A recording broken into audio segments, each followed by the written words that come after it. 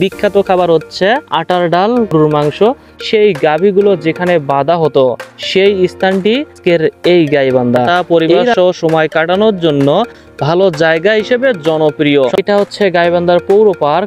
এখন আমি যাচ্ছি গাইবান্ধা। গাইবান্ধা শহরকে একটু এক্সপ্লোর করব, গাইবান্ধা সম্পর্কে A to Z সবকিছু অজানা তথ্য জানবো। আমি জানি আপনারা সবাই আমার সাথেই থাকবেন।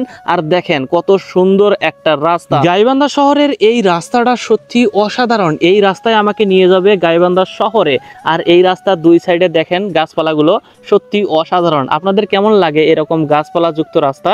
আমার কাছে তো অসাধারণ লাগে। কথা বলতে বলতে আমরা গাইবান্ধা চলে আসছি। এটা হচ্ছে গাইবান্ধা ঘাগর শিশু পার্ক। সত্যি অসাধারণ একটা জায়গা। শিশু পার্ক বললেও পর্যাপ্ত খেলার সরঞ্জাম বা শিশুদের জন্য উপযুক্ত সুবিধা নেই। সন্ধ্যার সময় নদী তীর পার্কটি ফটো সেশন, হালকা হাঁটা, পরিবার সহ সময় কাটানোর জন্য ভালো জায়গা হিসেবে জনপ্রিয়। সম্প্রতি পার্কের নিকট একটি মুক্ত মঞ্চ নির্মাণ পরিকল্পনা নেওয়া হয়েছে, যাতে সাংস্কৃতিক অনুষ্ঠান আয়োজন করা যাবে। যদি আপনি সন্ধ্যার সময় এই পার্কে যেতে চান, নদীর পাশের পরিবেশ এবং বাতাস ভালো অনুভব করতে পারবেন।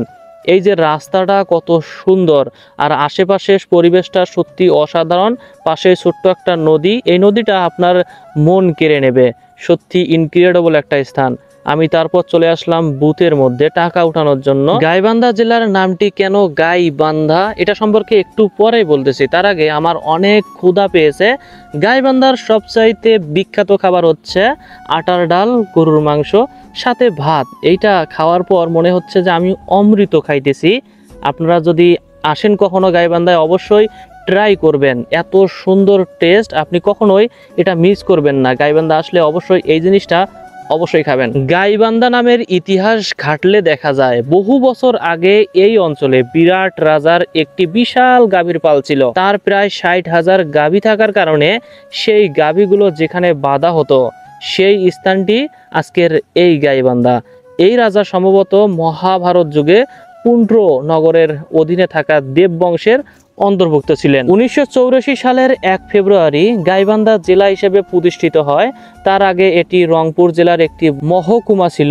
বর্তমানে গাইবান্ধা জেলার 7টি উপজেলা নিয়ে গঠিত। আমি এখন যেখানে আছি এটা হচ্ছে গাইবান্ধার পৌর পার্ক। পার্কটি অবস্থিত গাইবান্ধা শহরের মধ্যে, গাইবান্ধা পৌরসভা সংলগ্ন এলাকায়। পার্কের মাঝখানে একটি পুকুর রয়েছে, যা পার্কটিকে আরো আকর্ষণীয় করে তোলে। পুকুর পাড়ে ব্রেঞ্চ, ফুলের বাগান, গাছপালা ও আরামদায়ক বাসস্থান রয়েছে, যেখানে সাধারণ দর্শনার্থীরা বিকেল সন্ধ্যায় এসে সময় কাটান। পার্কটি সামাজিক বিনোদন ও বিশ্রামের জন্য শহরের একটি অন্যতম জনপ্রিয় স্থান। শহরের ব্যস্ততা থেকে একটু দূরে গিয়ে বিশ্রাম নেওয়ার জন্য একটি ভালো জায়গা।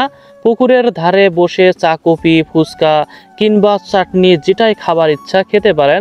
সন্ধ্যার সময় বাতাস ভালো ও পরিবেশ মনোরম হয়। এই পার্কটি এমনভাবে ডিজাইন করা, আপনার মন যদি খারাপ থাকে আর আপনি যদি এই পার্কে ঘুরতে আসেন তাহলে আপনার মন ভালো হতে বাধ্য হবে। দেখতেই পাইতেছেন কত সুন্দর একটা পরিবেশ। আমি জানি আমার একটু কষ্ট হবে, অনেক পরিশ্রম করতে হবে, তারপরে আপনারা আমাকে সাপোর্ট করবেন। আপনাদের কাছে আমার একটাই রিকোয়েস্ট, আপনারা যদি এতদূর ভিডিওটা দেখে থাকেন অবশ্যই একটা সাবস্ক্রাইব করবেন।